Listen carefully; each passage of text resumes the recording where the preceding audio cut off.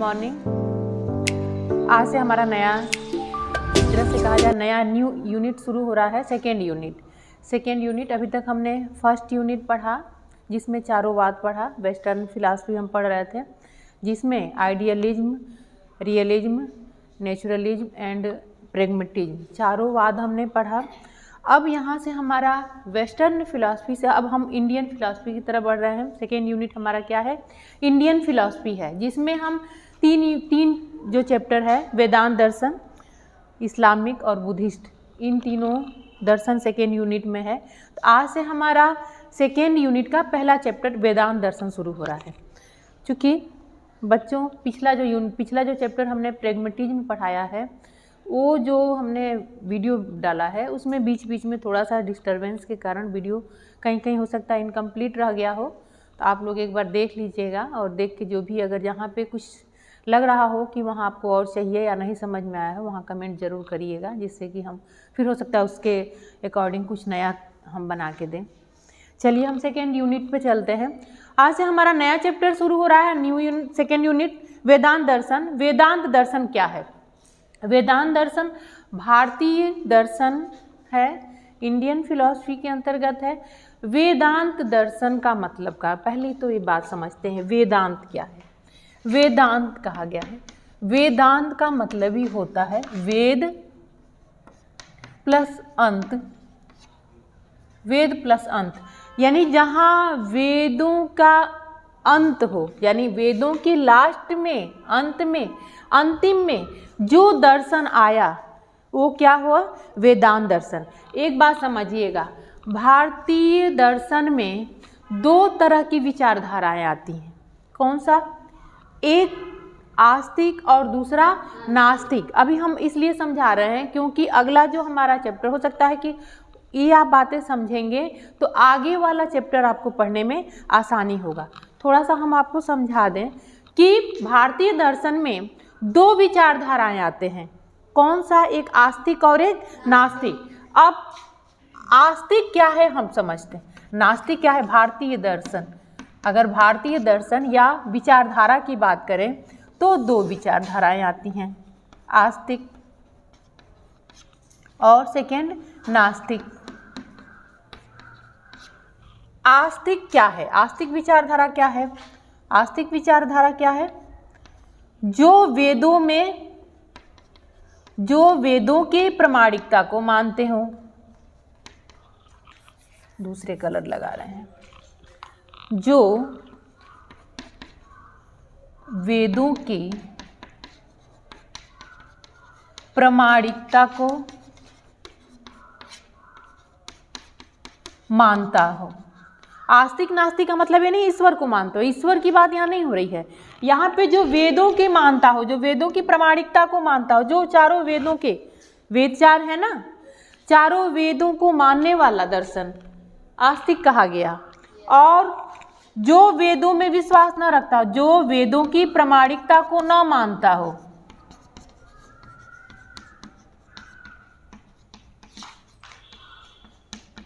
वेदों की प्रामाणिकता को नहीं मानता, वह क्या है? नास्तिक है। ठीक है। अब आस्तिक में जो दर्शन आते हैं, आस्तिक में जो दर्शन आते हैं, जो दर्शन भारतीय फिलॉसफी आते हैं, उसमें क्या हो जाएगा? उसमें सांख्य दर्शन, न्याय दर्शन है ना, सांख्य, न्याय, योग दर्शन, वैशेषिक दर्शन,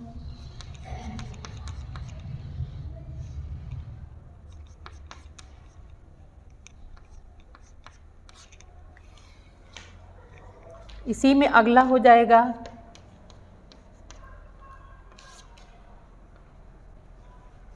मीमांसा दर्शन, जिसको हम कह सकते हैं उत्तर मीमांसा। ठीक है ना। और उत्तर मीमांसा जिसको कहते हैं, जैमिनी ने दिया था, अगला हो जाएगा। और छठा हो जाएगा पूर्व मीमांसा और उत्तर मीमांसा। उत्तर मीमांसा, इसी को वेदांत दर्शन कहा गया, इसी को वेदांत दर्शन कहा गया है। उत्तर मीमांसा को ही वेदांत दर्शन भी कहा जाता है। ठीक है, ये 6 दर्शन भारतीय दर्शन में आते हैं। अब सांख्य दर्शन, योग दर्शन, न्याय दर्शन, वैशेषिक दर्शन, पूर्व मीमांसा और उत्तर मीमांसा। पूर्व मीमांसा जैमिनी का है, उत्तर मीमांसा बादरायण का है। उत्तर मीमांसा किसका है? जिन्होंने इनको शुरुआत किया। ठीक है, ये जैमिनी, इसके जन्मदाता प्रतिपादक, एक तरह शुरुआत करना, ये बादरायण है। ठीक है, सांख्य दर्शन कपिल का है, न्याय दर्शन गौतम का है, महर्षि गौतम, इधर नाम हम लिख रहे हैं, महर्षि कपिल,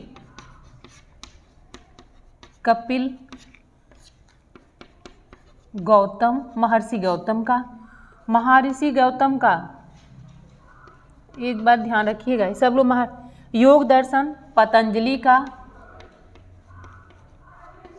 ठीक है, वैशेषिक दर्शन उलूक का, वैशेषिक दर्शन उलूक या कणादि भी कहते हैं, कणादि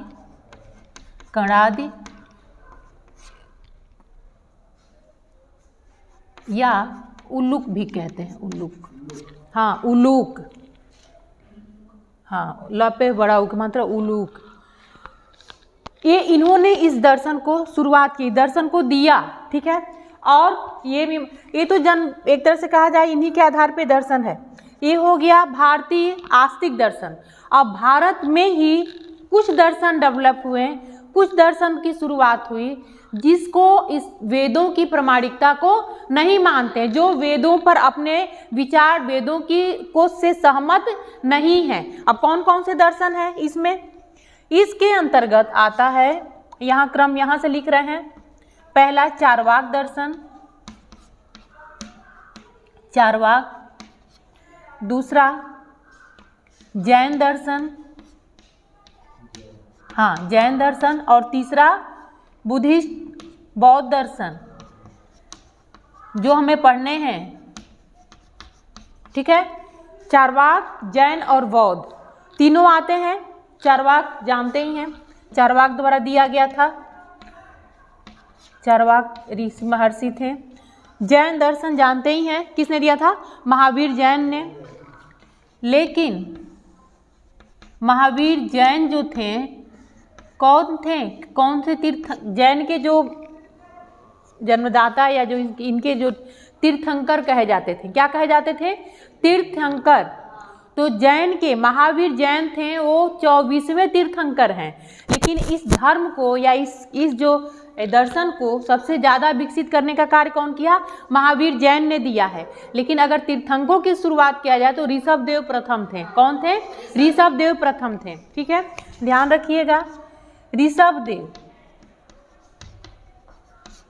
ऋषभदेव थे, प्रथम तीर्थंकर थे।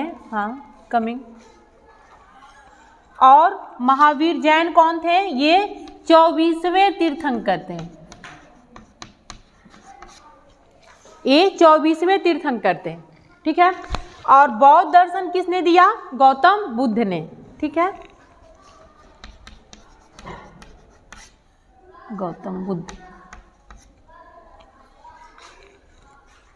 ये भारतीय दर्शन है।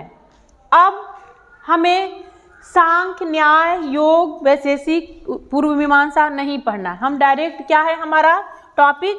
उत्तर मीमांसा वेदांत दर्शन हमें पढ़ना है। और वेदांत क्या करता है? आस्तिक दर्शन है। पहले इसी से समझ में आ गया ना आपको? वेदांत आस्तिक दर्शन है और यह वेदों की प्रामाणिकता को मानता है। और ये इंडियन फिलॉसफी का सबसे अंतिम चरण, यानी वेदों के चारों वेदों के लास्ट जो देखा जाए तो समय का ये दर्शन है, इसीलिए वेदांत दर्शन कहा गया। ठीक है, समझ में आया? इसको ब्लैक बोर्ड अब यहाँ से हम साफ कर दे रहे हैं। ठीक है, क्लिक, थोड़ा सा रुक जा रहे हैं। ठीक है, वेदांत का मतलब ये होता है वेदों का जहाँ अंत हुआ, वेदों का अंत जहाँ हुआ वो वेदांत है। एक तरह से देखा जाए तो वेदांत का मतलब होता है वेदों का अंतिम भाग, अंतिम भाग।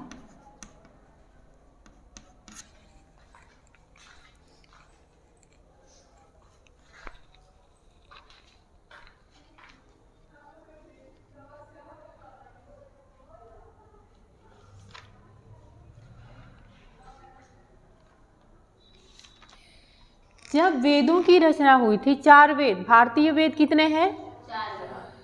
कौन कौन से? सामवेद, अथर्ववेद और यजुर्वेद, ठीक है। तो ऋग्वेद, सामवेद, यजुर्वेद और अथर्ववेद, ये तीनों जो चारों वेद हैं, वेद, पहली बात, वेदों की रचना नहीं हुई है। वेदों को क्या कहा गया है? यह ईश्वर के मुख से, यानी ईश्वर द्वारा स्वयं रचित है, ठीक है। इसको किसी व्यक्ति ने नहीं रचा है। लेकिन अथर्ववेद को कहा जाता, अथर्व ऋषि अथर्व ने, उन्होंने उसको कह सकते संकलित किया था या उसको संरक्षित किया था, तो इसीलिए वह रचित मानते हैं। बाकी तीनों वेद, तो अथर्ववेद के बाद जब वेदों के अंत में पुराण आए, जब उपनिषद आए, उपनिषदों के काल में जब ब्राह्मण आए, ब्राह्मण मतलब क्या है? जो ब्राह्मण ले उनकी रचना है, अरण्यक आए, ठीक है। अरण्यक, ब्राह्मण, उपनिषद, इनके समय के काल के वेदों के अंत में वो आए, इसलिए उन्होंने इस सब चीज़ों पे ज़्यादा जोर डाला, ठीक है। तो वेदों के, इसीलिए इसको वेदों के अंत के दर्शन कहा गया है। इन्होंने इन सारे चीज़ों, वेदों की चीज़ों को तो मानते हैं, उसके दर्शन को, इनके विचार इनसे भी मिलते जुलते हैं जो बाद की रचनाएं आई, ठीक है। तो ये हो गया वेदों। अब इसको क्लीन करते हैं। हाँ, अगला अब चलते हैं वेदों की। अगर हम अब डायरेक्ट वेदांत पे चलते हैं, वेदांत अभी ना हमने बताया ना, भारतीय दर्शन का सबसे अंतिम दर्शन एक तरह से कह सकते हैं वेदांत दर्शन। अब हम वेदांत पे चलते हैं।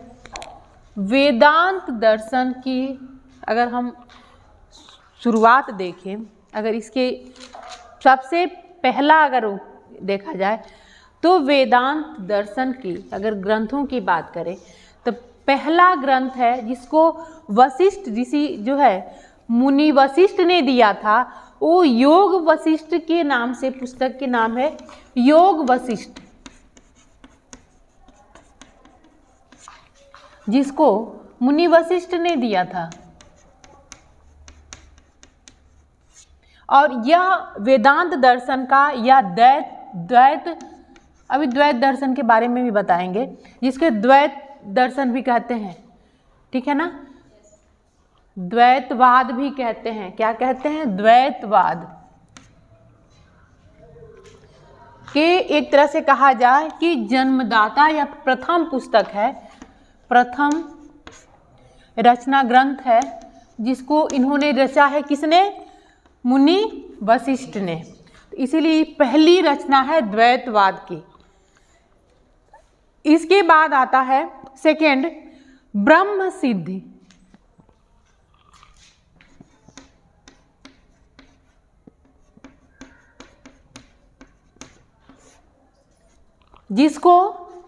जिसको रचा है मंडन मिश्र ने।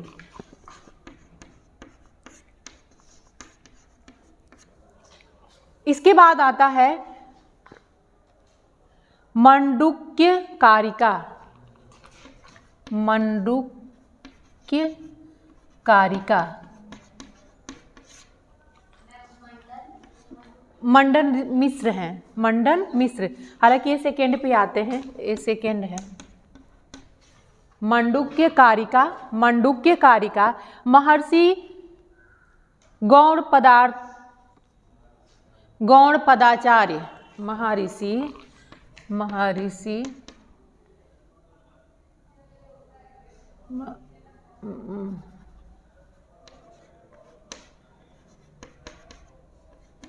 गौण पदाचार्य, महर्षि गौण पदाचार्य, और लास्ट में आता है ब्रह्म सूत्र।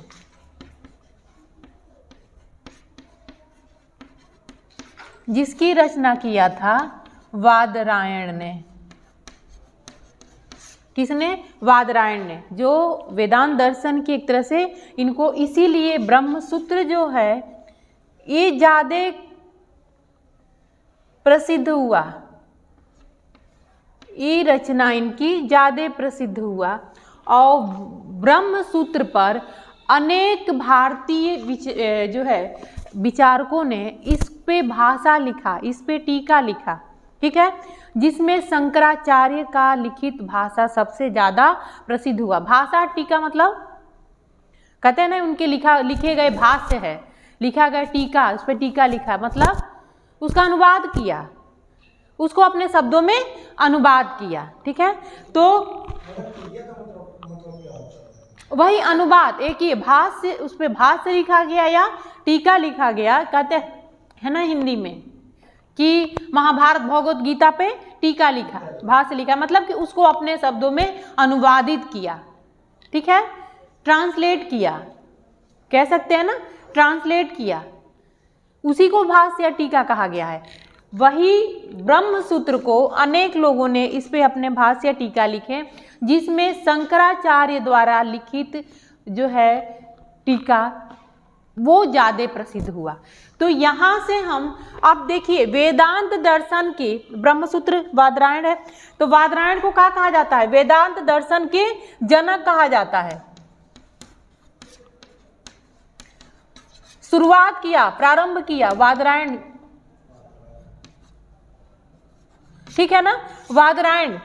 क्यों? क्योंकि इनका जो ब्रह्म सूत्र है ये वेदांत द्वैतवाद पर विशेषता, इन्होंने द्वैतवाद को कहीं ना कहीं इनके दर्शन यहाँ से शुरू होता है। एक बात जानिएगा, वेदांत दर्शन बहुत बड़ा है। जो वेदांत दर्शन में हम द्वैतवाद, अद्वैतवाद, विशिष्टाद्वैतवाद जो पढ़ते हैं ना, शंकराचार्य के, रामानुजाचार्य के, और ये सारे इसके ही भाग हैं, वेदांत के ही भाग हैं। वेदांत बहुत बड़ा है। वेदांत दर्शन में कई विचार आते हैं, कई वाद आते हैं, द्वैतवाद, विशिष्ट द्वैतवाद, अद्वैतवाद आते हैं। हम मेन शंकराचार्य का द्वैतवाद यहाँ पढ़ रहे हैं, क्योंकि जब वेदांत दर्शन की बात करते हैं और यहाँ पे हम अद्वैतवाद पढ़ रहे हैं, अद्वैतवाद, तो यहाँ पे क्या है? ये अद्वैतवाद है ना, वेदांत दर्शन अद्वैतवाद। शंकराचार्य, अब हम शंकराचार्य पे आते हैं। शंकराचार्य ने अद्वैतवाद को सबसे ज़्यादा क्या किया था? उस पर विचार दिया था। सबसे ज़्यादा हम अगर किसी का अध्ययन करते हैं तो किसका? शंकराचार्य का, आदि गुरु शंकराचार्य का अध्ययन करते हैं। ये हो गया यहाँ तक कि वेदांत दर्शन की सबसे पहले योग वशिष्ठ ने, मुनि वशिष्ठ ने योग वशिष्ठ की रचना की।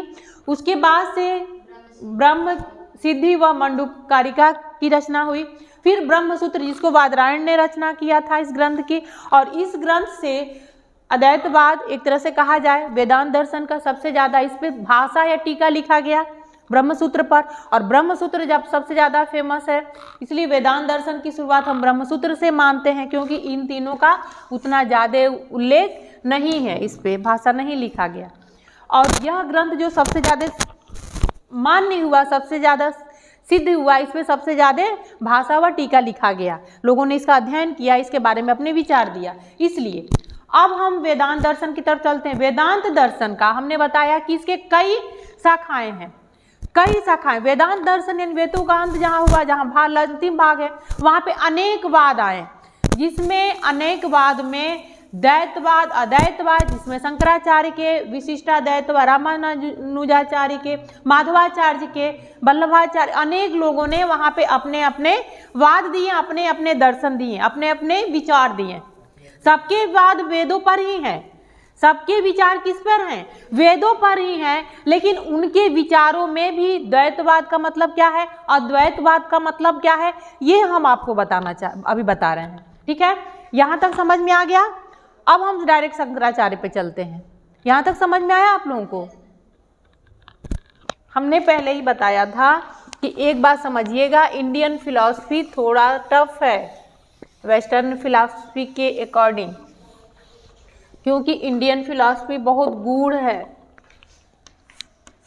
बहुत डीप जाना, उसकी चीज़ों को अध्ययन करना है, लेकिन बहुत ज़्यादा डीप हम नहीं अध्ययन करेंगे, आपकी आवश्यकताओं के अनुसार ही चीज़ें बताएंगे। अब चलते हैं वेदांत। वेदांत अभी हमने कहा वेदांत दर्शन समझ लिया, अब द्वैतवाद क्या है, द्वैत और अद्वैतवाद क्या है।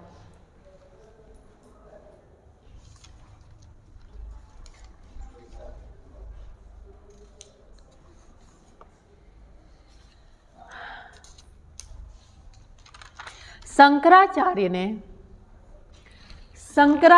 ने अब शंकराचार्य क्या कहा जाता है उनको, शंकराचार्य जो है महर्षि नहीं, उनको आदि गुरु कहा जाता है।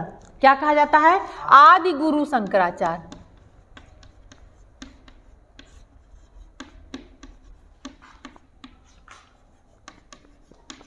आदि गुरु शंकराचार्य क्यों? ये अद्वैतवाद, ये क्या दिया है? अद्वैतवाद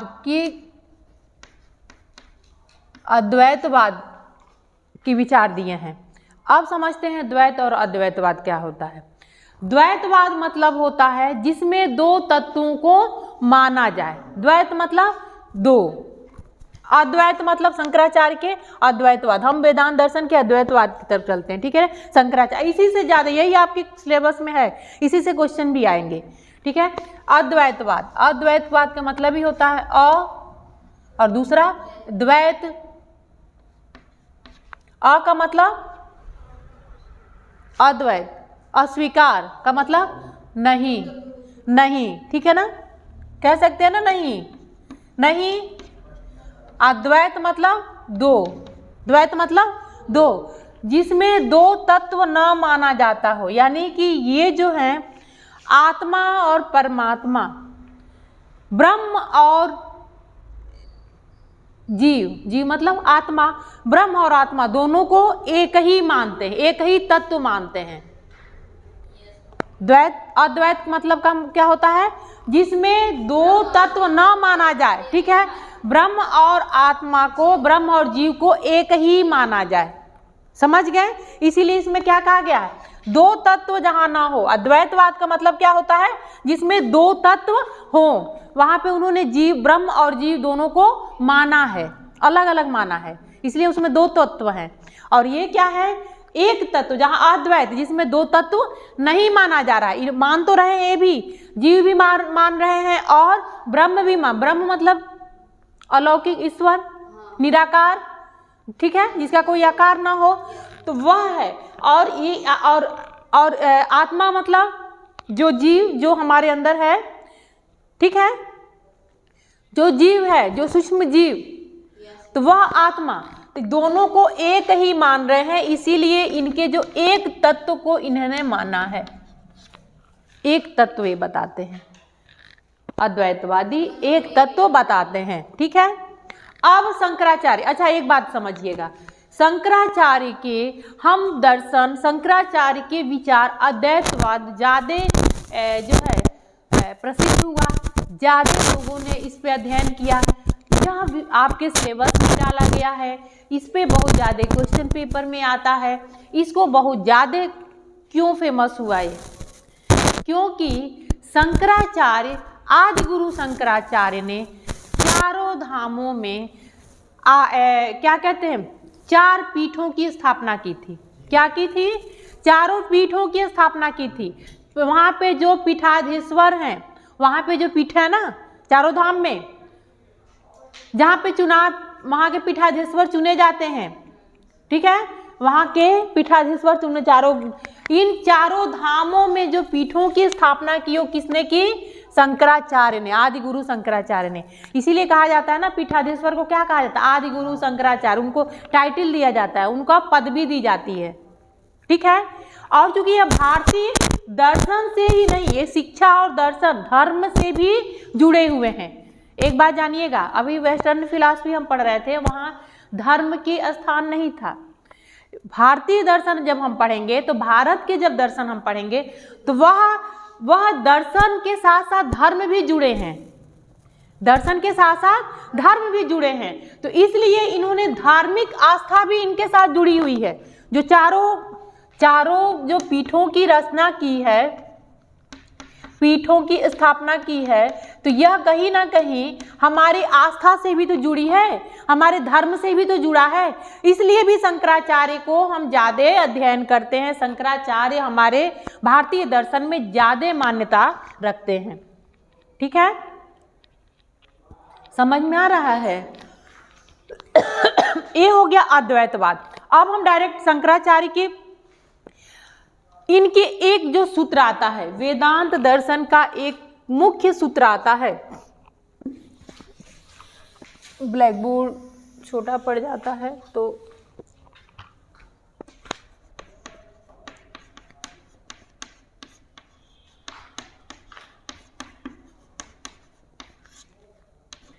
वेदांत दर्शन का एक सूत्र आता है जिसको कहा गया है ब्रह्म सत्यम जगत मिथ्या।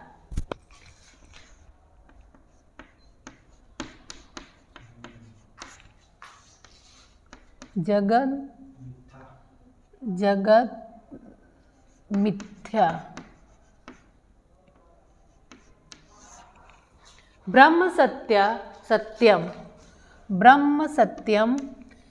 जगत मिथ्या। जगत मतलब जगत जहाँ पे हो जा लग जाता है ना, हाँ, जगन मिथ्या जीवो ब्रह्मैव ना परः।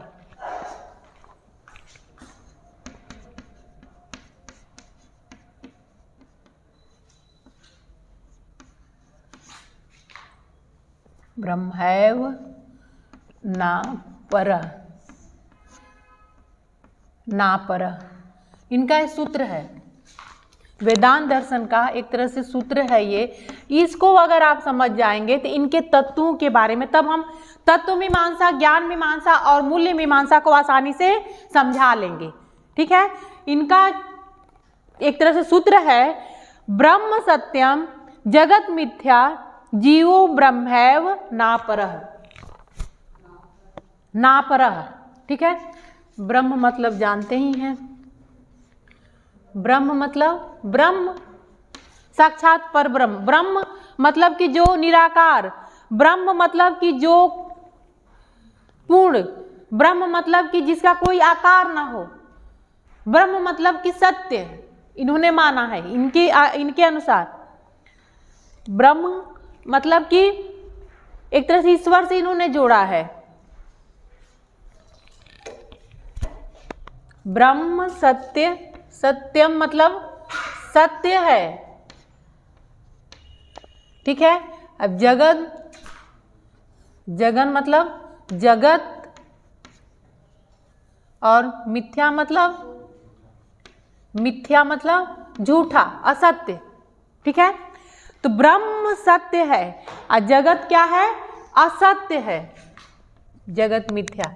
जीव मतलब जीव मतलब आत्मा, जीव मतलब आत्मा।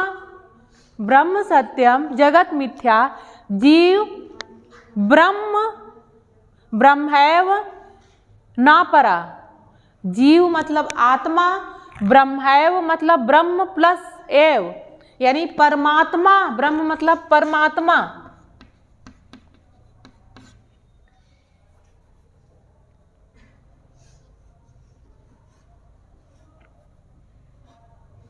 एव, ब्रह्मैव मतलब एव मतलब है ही, और ना परः,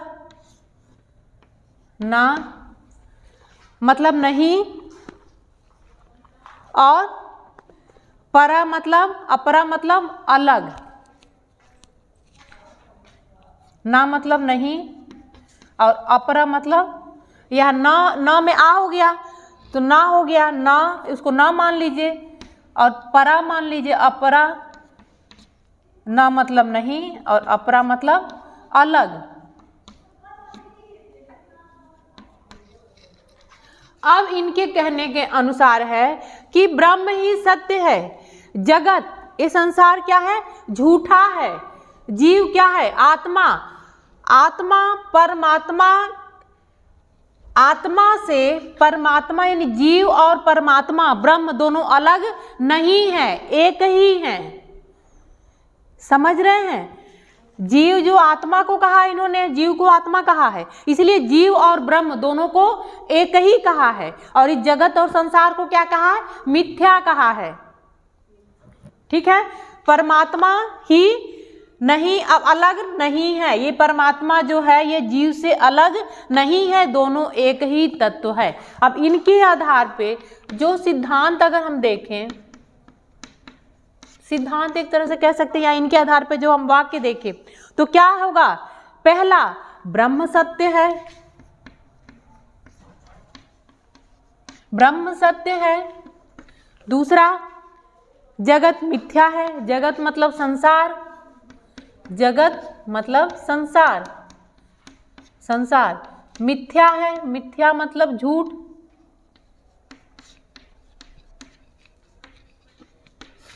जगत मिथ्या है। आत्मा और परमात्मा दोनों एक ही हैं, तो आत्मा जिसको आत्मा जिसको ये जीव कह रहे हैं, आत्मा मतलब जीव, और परमात्मा, परमात्मा मतलब ब्रह्म, आप समझ सकते हैं, एक ही हैं, एक ही हैं, दोनों अलग नहीं हैं। दोनों मतलब आत्मा और परमात्मा अलग नहीं हैं, यानी कि दोनों क्या हैं? एक ही तत्व है, दोनों एक ही तत्व हैं।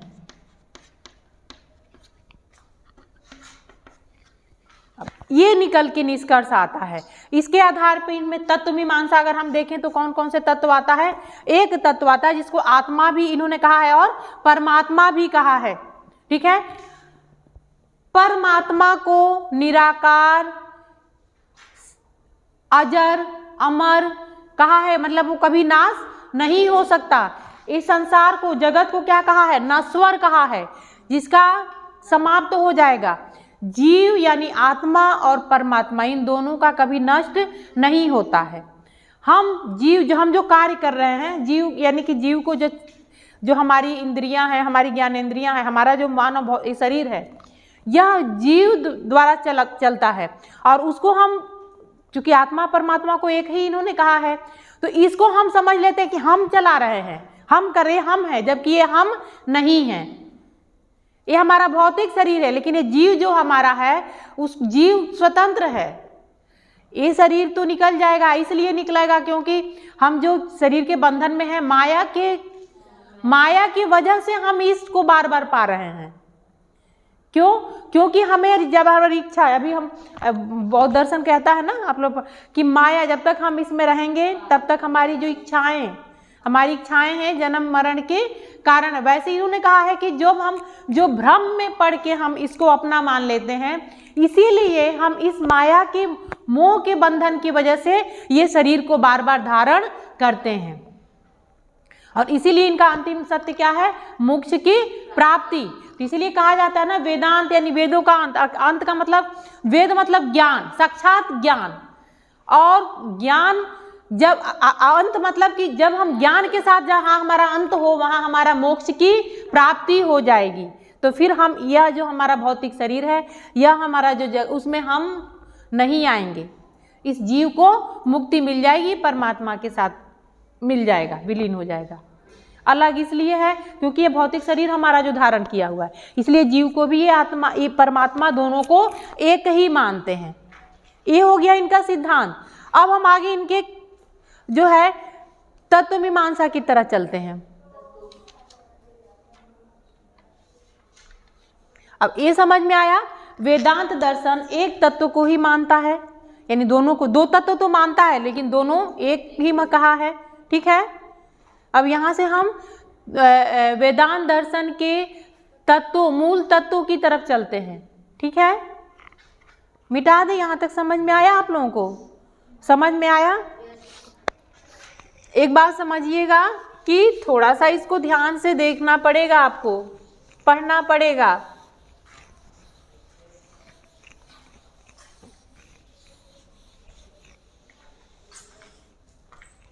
अब हम वेदांत दर्शन के मूल तत्व क्या हैं? 3 तत्व।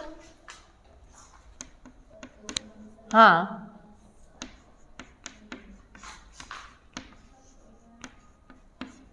मूल तत्व,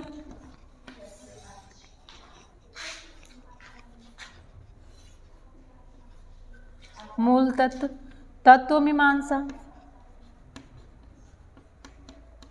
आप लोगों को याद हो गया है मेटाफिजिक्स,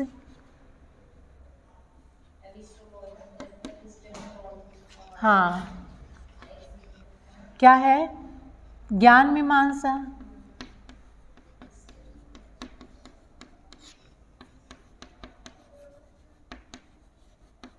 एपिस्टेमोलॉजी, और तीसरा मूल्य मीमांसा। हाँ, आचार भी कह सकते हैं। आचार मतलब इथिक्स, जो हमारे जो उसको हम धारण करते, हमने आचार और मूल्य में अंतर बताया था ना। हाँ, एक जियोलॉजी। अब इनके 3 तत्व, अभी तक वेस्टर्न फिलॉसफी हमने पढ़ा था, उसमें तत्वों की बात, अब यहाँ ये तत्व की बात करते हैं, यहाँ ये तत्वों की बात करते हैं। इन्होंने तत्व के रूप में माना है अब इनके तत्व क्या हैं?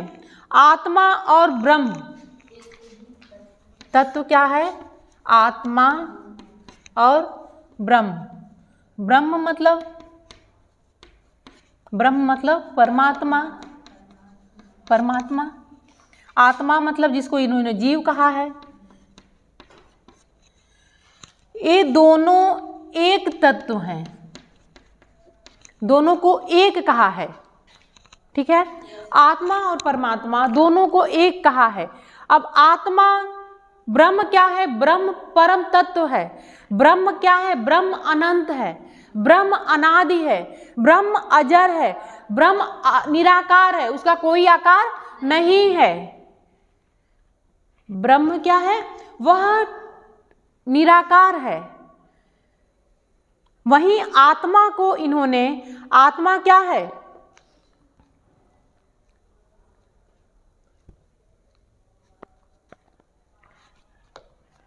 आत्मा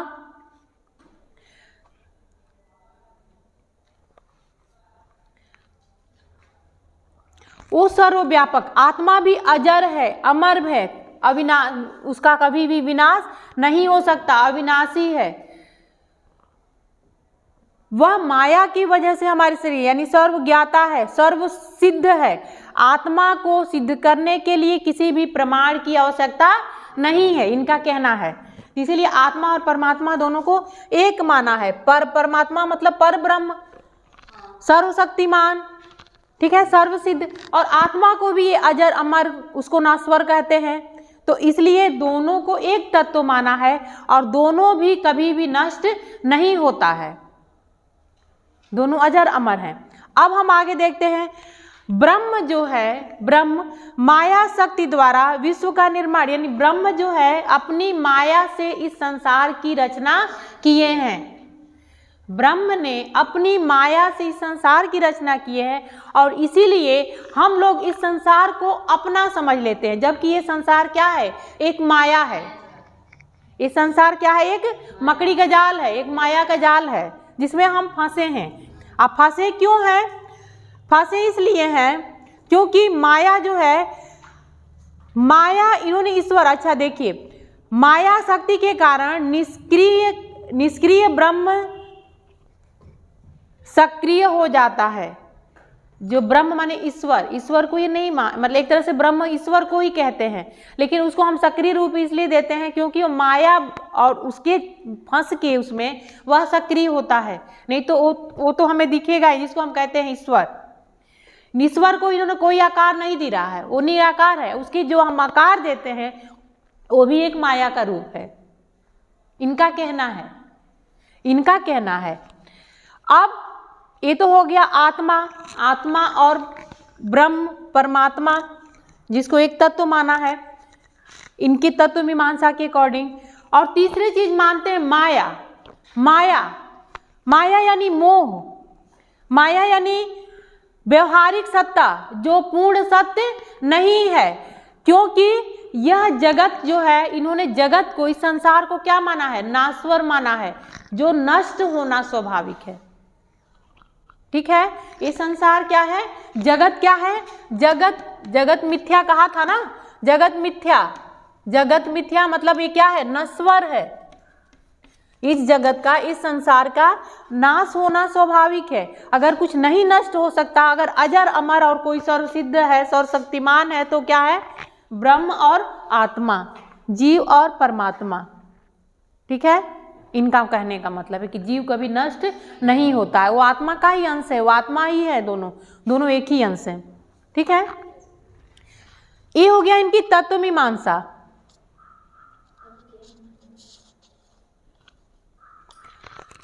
जीव जो है, जीव अपनी माया के कारण ही अपने को शरीर मानता है। क्यों? क्योंकि माया में पड़ा है।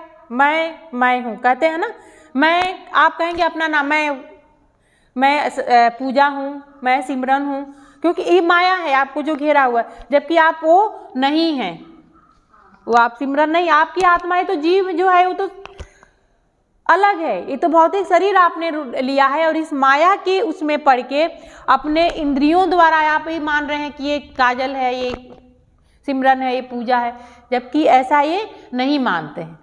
ये सब माया में पड़ के हम इन सारी चीज़ों को समझते हैं कि अपना मान लेते हैं कि हमारा पिता है, हमारा पुत्र है, हमारा, जबकि ये जीव क्या है?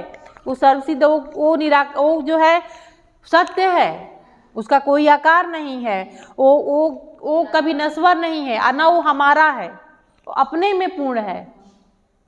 ठीक है,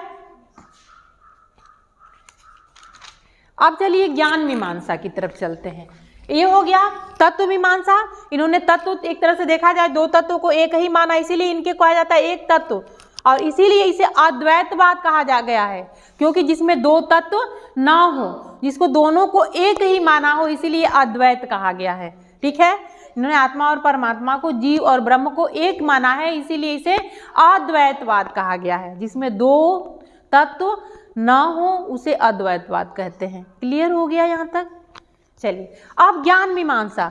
ज्ञान मीमांसा में ज्ञान के लिए इन्होंने ज्ञान को दो भागों में, आपने वैदिक शिक्षा पढ़ा होगा, परा और अपरा। परा मतलब लौकिक,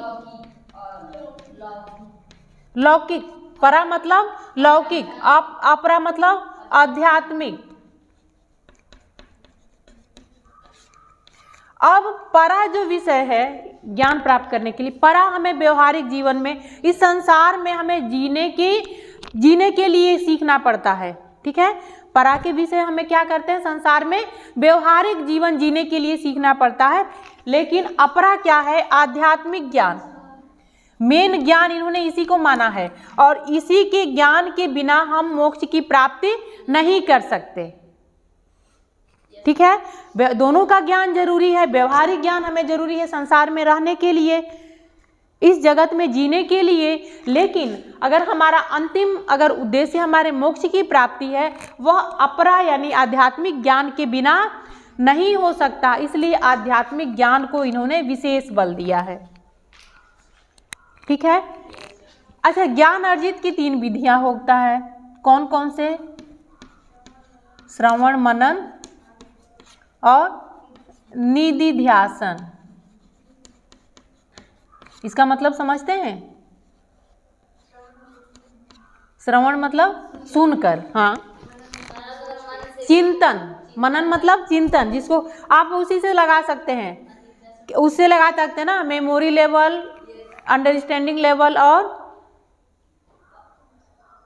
रिफ्लेक्टिव क्या है लेवल है ना, 3।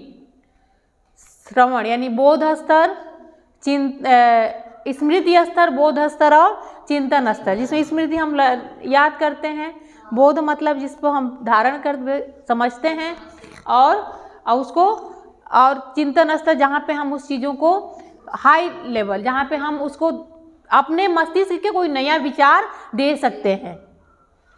ठीक है, एक तरह से वही समझ लीजिए। यहाँ पे 3 चीजें इन्होंने ज्ञान अर्जित करने के बताए हैं, साधन, श्रवण, मनन और निधिध्यासन। और यह विधि आप वैदिक काल में भी पढ़े होंगे, वैदिक शिक्षा में भी, क्योंकि वेदों का ही वो काल है, तो ये भी वेदों से ही आया है। तो निधिध्यासन मतलब जिसको अपने आसन में, जिसको अपने व्यवहार में लिया जाए, जिसको धारण किया जाए, जिसको हम कहीं एकांत में, क्योंकि जब ईश्वर से साक्षात्कार हमें करना होगा, जब हमें ब्रह्म से, हमारा आत्मा जीव जब ब्रह्म से साक्षात्कार करेगा तो इससे ऊपर जाएगा। सुनना और मनन और चिंतन के बाद से हम उससे डायरेक्ट ईश्वर से कांटेक्ट करेंगे, करें ना। तो उसके लिए निधिध्यासन जरूरी है। उसके लिए क्या हो, एकांतवास में हम अपने अंतरात्मा को, अपने को जाने, अपने को जानना, स्व को जानना। इन्होंने एक शब्द दिया है, जो है शंकराचार्य द्वारा, इनका एक शब्द आता है त्वमसि, तत्वमसि, तत्वमसि। अभी आगे हम बताएंगे तत्वमसि क्या है। पहले हम पहले वो मूल्य मीमांसा समझ लेते हैं। मूल्य मीमांसा अब यहाँ तक समझ में आया। और ज्ञान प्राप्ति के जो साधन है श्रवण, मनन, निधिध्यासन, और इसके साथ इन्होंने चतुष्टय साधन भी बताया है, जिसके कई रूप है, कई उसमें बातें हैं, वो भी इन्होंने चतुष्टय साधन भी बताया है। साधन के ये क्या है, ज्ञान प्राप्त करने के साधन है ये।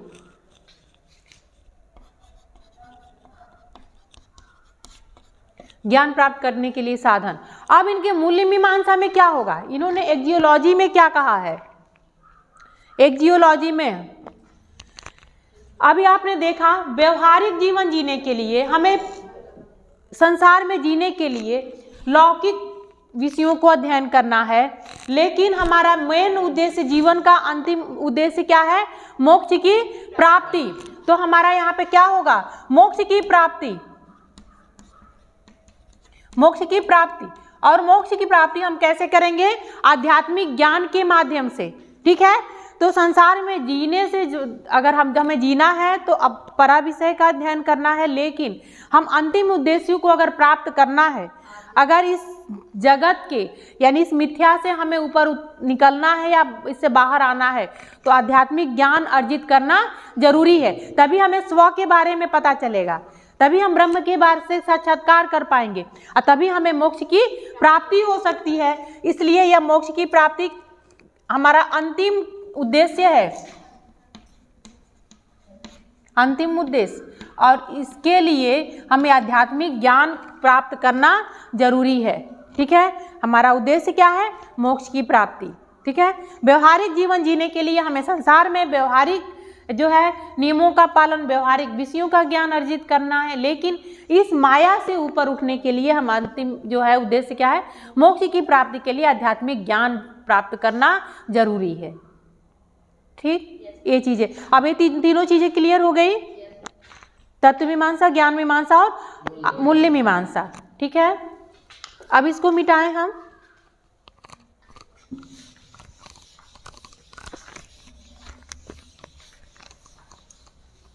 बुक की भाषा जो है, पुस्तक की भाषा थोड़ा सा कठिन है, इसको इसीलिए दर्शन, फिलॉसफी को